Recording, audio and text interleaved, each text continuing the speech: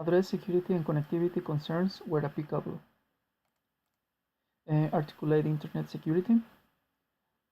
The internet represents an insecure channel for exchanging information, leading to the highest risk of intrusion of fraud, such as phishing, online viruses, Trojans, worm, and more. And there is many methods that are used to protect the transfer of data, including encryption and from the ground up engineering. Um, one of the well, as you know, nowadays from the internet we can be hacked everywhere because we have two main devices. One is the laptop or PC, and another is our smartphone. Um, Actually, that's the reason it's better to use a secure nets such as your house, because you will know that it's apparently safe. Try to use always cable. Try to avoid Wi-Fi if possible. And for example, if you are a little bit picky about the security, um, if you are, for example, in a public places, try to don't be too much time because you can be located by geolocation. Um, there is another places that it could be insecure.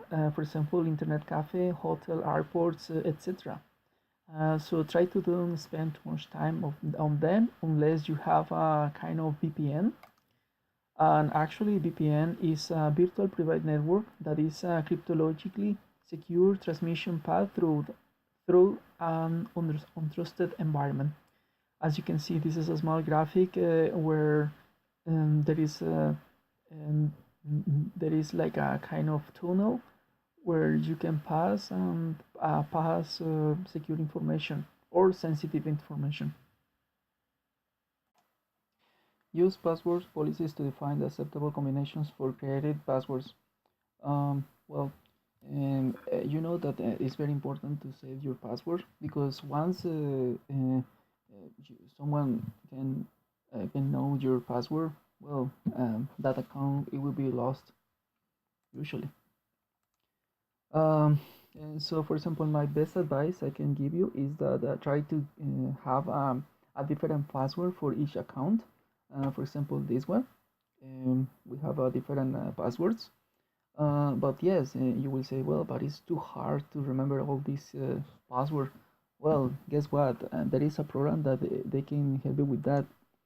I will tell you, I will let you know what is the name of that program. First of all, imagine that if you have a easy password, like for example 1 2 3 4, well, it will be very easy for the attackers enter to your account. But you think like, okay, but I have a strong password on my in my Linux, for example, in my CentOS. Don't worry, even if you have a Debian, Ubuntu, or CentOS, there is some websites that you can find and you can just reset the root password. So even though that you have a strong password, and the attacker can just reset the password and enter to your system, and actually maybe that person he will change that password and you won't be able to enter to your own computer. Um, well, there is, as I said, there is some programs that that are very interesting, and you can go to the website to Live CD, and it's very good this program because yeah, they can change your password and obviously save it too. And there is another that is the key pass. Actually, personally, I like more this one because, for example, the only thing that you need to remember is just to master password. Even when you obviously the master password it will be the most important that you need to remember because once you forget the master password, well, it will be very hard to enter to all the password that you have in that accounts like Twitter, Amazon, Gmail, etc., etc. These key pass actually they can help you, for example, change your password from your cell phone. There is, for example, there is an fast example that you can put your uh, the name of the website that you have your account, and it will show you your your password for that account, or even when you want to generate a new password, that is the case. So generate a password for that, and it will give you a new password. um, well there is for example, how does it work? Well, you have, for example, the person, and you obviously you need to remember your master password, and with that master key you can enter to your all your accounts. um, okay, there is more windows for that. It's almost the same, but usually it's a normal window that you can just put the name of the site, like this one, and it will generate your password. uh yeah, I don't know why I changed all these kind of things like that, but okay. um well, actually, for example, if you can see, you can generate your password.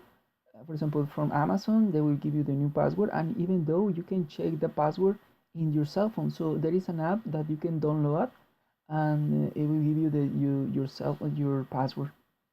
uh, there is the key password save. Okay, we will jump this part too. There is so many things that we can. Oh, okay. I think apply applications security to protect the solution from unauthorized access.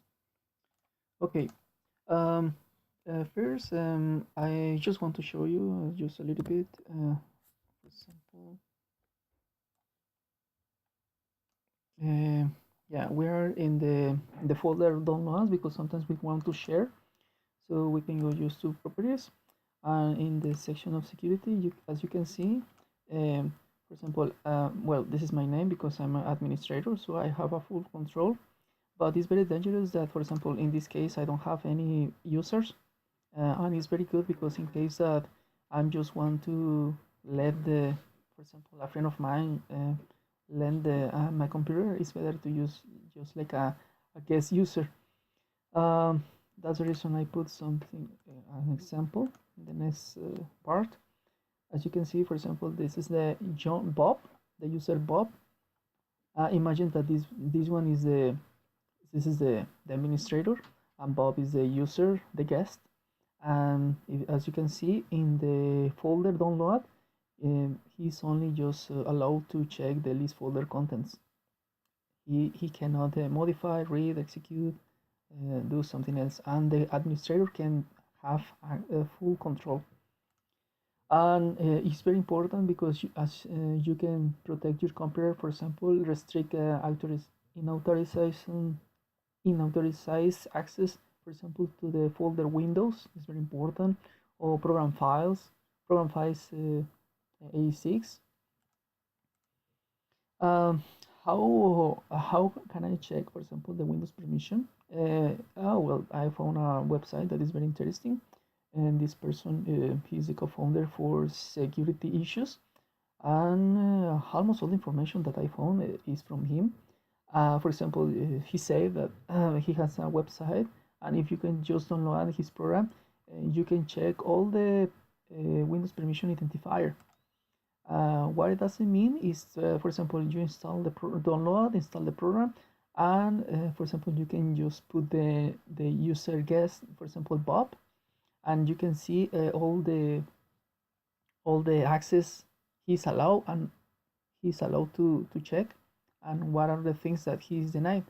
For example, that I guess is he's denied to check, for example, some websites on internet, and and you can see, for example, he's allowed to, for example, to check some websites that you think that is not very good. Like, for example, Facebook. As you can see, if Facebook say that is allowed, well, you can just check, and you can just change that access to deny it, to be productive, obviously. And there is another, for example, in another section that you can just go file and policies, and you can see all the policies that he is what the things are allowed. This is more for specific. For example, this one, he is not allowed to access to this website, and this one for the news too, this is denied. And imagine that it will be another place that is like a, for example, Facebook. Actually, for example, you say, oh, okay, he checked playboy.com and he was granted. So next time you can just deny that access. Perfect. There is another program that you can check the access from users. The name is Access NU, and this one is very good. Well, to the just to find just to have a summary, it's better to use at least one administrator and one user to in order that in the case that you have an attack, and the attacker, for example, if he can enter to the user guest, uh, he won't be allowed to do as much many things. Okay, thank you.